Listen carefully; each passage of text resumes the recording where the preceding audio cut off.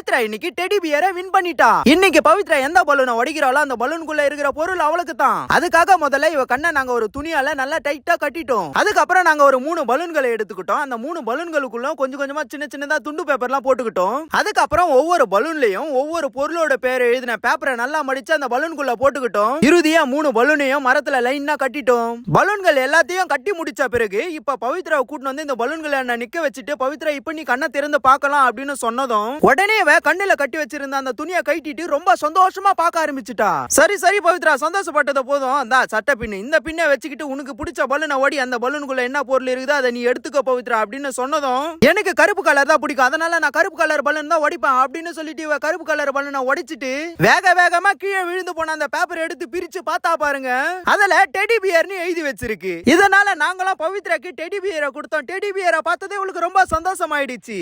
இனிமே இந்த teddy bear தான் இவளுக்கு உலகமா இருக்க போகுதுன்னு நான் நினைக்கிறேன். உங்களுக்கு டெடி பியர் ரொம்ப பிடிச்சிருந்தா மறக்காம கமெண்ட் பண்ணுங்க, அப்படியே சப்ஸ்கிரைப் பண்ணுங்க.